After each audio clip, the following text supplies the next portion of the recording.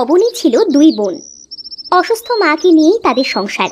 গ্রামের এক ছোট্ট কুঠিরে তারা বাস করত। নবীনী, ও অবনী, কোথায় গেলি মা তোরা?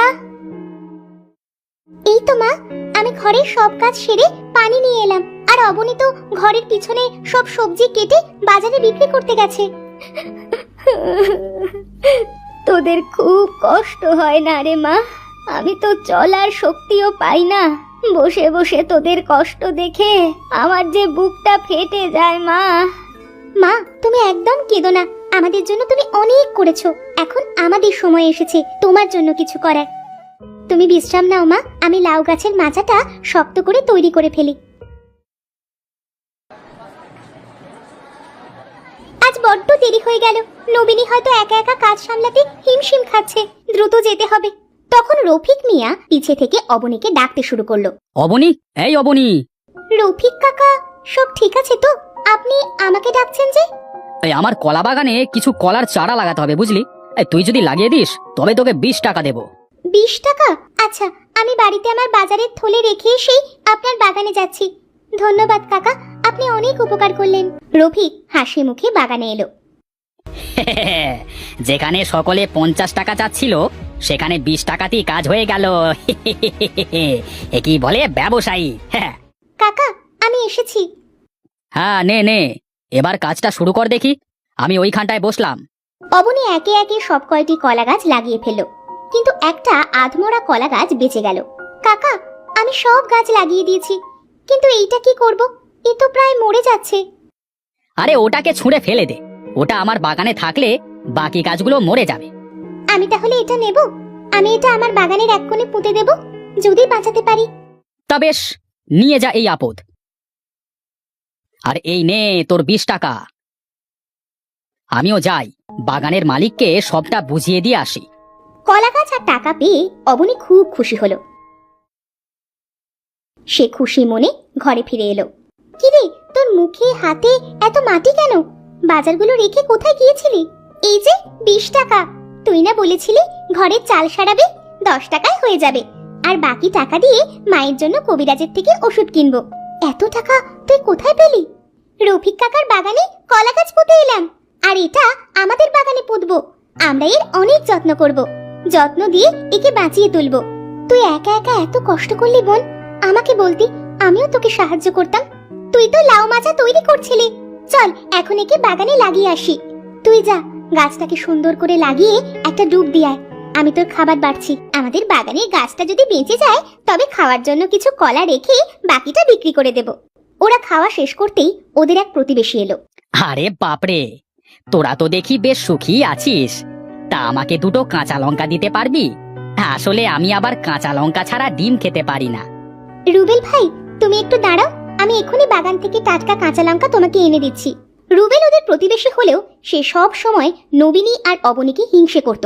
ছোট্ট একটা বাগান থেকে সামান্য সবজি ফলিয়ে ওদের কত সুখে দিন কাটে। ইস, যদি ওদের বাগানটা নষ্ট করে দিতে পারতাম, কিন্তু কাঁটা তারের বেড়া ডিঙিয়ে তা সম্ভব নয়। অসহ্য করেরা। এমন ভিখিরি প্রতিবেশী না থেকে যদি বড় লোক কেউ আমার প্রতিবেশী হতো, কি ভালোটাই না হতো। কি এত ভাবছো? এই নাও তোমার কাঁচা লঙ্কা। তা তোরা তোদের ঘরের চাল সারাই কেন করছিস না? ইস, কত বড় ফুটো হয়ে গেছে। লোভ গো ভাই, লোভ। এই দেখো না, সকালে সূর্যের আলো যখন ওই ফুটো দিয়ে আমাদের ঘরে উঁকি দেয়, তখন আমরা বুঝতে পারি সকাল হয়ে গেছে। আবার রাতে চাঁদ উঁকি দেয়, আমরা চাঁদও দেখি, আবার বাতিও জ্বালাতে হয় না। বৃষ্টির সময় সোজা পানি পড়ে, ওটা আমরা জমিয়ে খাই।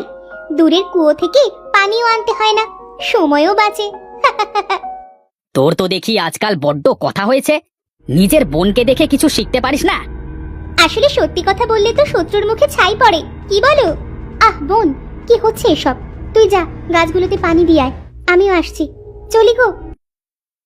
দুই বোনের যত্নে ধীরে ধীরে কলা গাছ বড় হয়ে গেল। ওরা ওদের সুখ দুঃখ সব কলা গাছের সাথে ভাগ করে নিত। কলা গাছে যেন পাতা দুলিয়ে ওদের সব কথা শুনত। তোরা সারাদিন বাগানে গিয়ে কলা গাছের সাথে এত কি কথা বলিস বলতো? ও কি মানুষ যে তোদের সাথে কথা বলবে? মা, মানুষ শখ করে কুকুর পোষে, বিড়াল পোষে, আমাদের তো সে সামর্থ্য নেই। তাই আমরা দুই বোন কলা গাছটাকেই পুষছি। ও আমাদের পোষা কলা গাছ। কিন্তু জানিস তো, কলা গাছ একবার ফল দিয়েই মারা যায়। তবে হ্যাঁ, শেকড় মাটির গভীরে থাকলে সেখান থেকে আবারও নতুন কলা গাছের জন্ম হয়। তা রাত অনেক হলো, এবার ঘুমিয়ে পড়। কলা গাছ থেকে একটা কলার মোচা বের হলো, আর অতি দ্রুত সেটি বড় হতে শুরু করলো। আমার প্রিয় কলা গাছ। আরে বাহ, কি সুন্দর কলার মোচা হয়েছে। এটা দ্রুত বাড়ছে। আমরা এবার মোচার ঘন্ট করে খাবো। মা বলে কলার মোচা খেতে খুব ভালো হয়। আচ্ছা বেশ। পরদিন সকালে ওরা কলার বাগানে এসে বেশ অবাক হলো। কলার গাছে সোনার কলা ফলেছে। সূর্যের আলোয় যেন ঝলমল করছে সে কলা। আরে বাহ, এই যে সোনার কলা! বিধাতা মায়ের ডাকে সাড়া দিয়েছে বোন, আমরা সোনা ফলিয়েছি। আমি একটা কলা পেরে নিলাম। এটা বাজারে গিয়ে বিক্রি করে আসি। আমাদের সুদিন এলো অবশেষে। তোমাকে অনেক ধন্যবাদ কলা গাছ। অবনী বাজারে গিয়ে কলা বিক্রি করলো, অনেক টাকা পেল। ওরা ওদের বাড়িটা সারিয়ে নিল, ওরা নতুন পোশাক কিনলো, সুখে দিন কাটাতে শুরু করলো। কিন্তু ওদের সুখ দেখে রুবেলের আরো হিংসে হতে শুরু করলো। এদের এত সুখের দিন এলো কেমন করে? কয়েকদিন আগেও তো নুন আনতে পান্তা ফুরুতো। না না, এদের উপর নজর রাখতে হবে। সেদিন থেকে রুবেল লুকিয়ে ওদের উপর নজর রাখতে শুরু করলো। অবনী সেদিন কলা গাছের সাথে কি সব বলে সোনার কলা পেরে নিয়ে এলো আর বাজারে চলে গেল।